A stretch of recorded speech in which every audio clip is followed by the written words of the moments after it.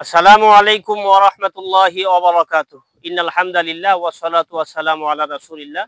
যারা দেখছেন এবং শুনছেন সবাইকে আন্তরিক ধন্যবাদ এবং মোবারকবাদ জানাচ্ছি।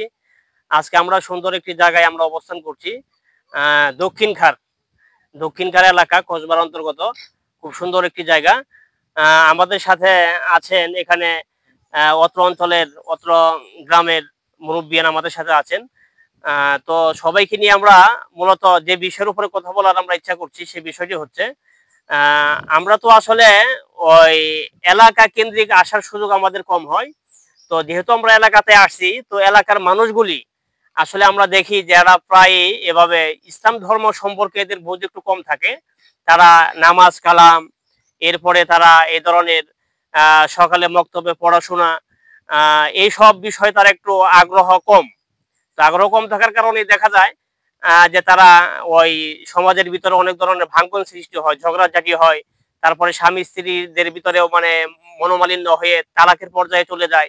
তো সব মিলিয়ে আসলে আমরা আজকের ভিডিওর মাধ্যমে আমরা যে মেসেজটুকু আমরা তাদেরকে দিতে যাচ্ছি সেটা হচ্ছে আমাদেরকে অবশ্যই যে পেশায় আমরা থাকি না কেন ইসলামের মৌলিক যে বিষয় সেই বিষয়ের উপরে আমাদেরকে একাত্রিত থাকতে হবে এবং যতটুকু সম্ভব এই মৌলিক বিষয়ের উপর আমাদেরকে আমল করতে হবে।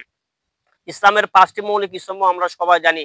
যে হাদিসটি বুখারীর ভিতরে আসছে আল্লাহ রাসূল বলেছেন, "বুনিয়াল ইসলামু আলা খামসিন শাহাদাতি আল্লা ইলাহা ইল্লাল্লাহ ওয়া আশহাদু আন্না মুহাম্মাদার রাসূলুল্লাহ ওয়া ইকামিস সালাহ ওয়া ইতাইজ যাকাত ওয়াল হজ্জি ওয়া সাওমি রমাদান।"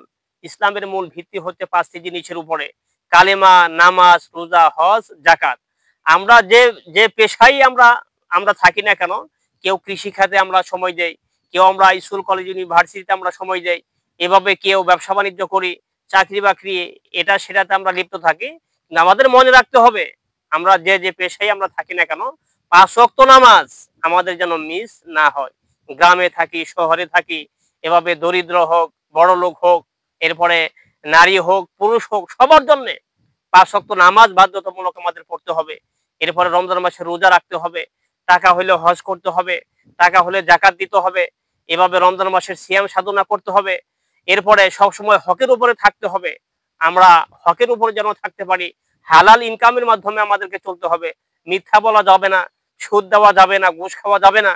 তো এইসব বিষয় আমরা যদি মেনে চলতে পারি তাহলে কে গ্রামে থাকলো, কে শহরে থাকলো আল্লাহ রাব্বুল আলামিন এসব দেখবেন না। ঈমান যদি ভালো হয়, আমল যদি সুন্দর হয়, মারা যাবে সাথে, সাথে জান্নাতে চলে যাবে। এজন্য আমাদের উচিত আমরা এভাবে ভালো কাজের মাধ্যমে আমরা যেন থাকতে পারি। আল্লাহ রাব্বুল আলামিন তৌফিক দান করেন। আসসালামু আলাইকুম ওয়া রাহমাতুল্লাহি ওয়া বারাকাতুহু।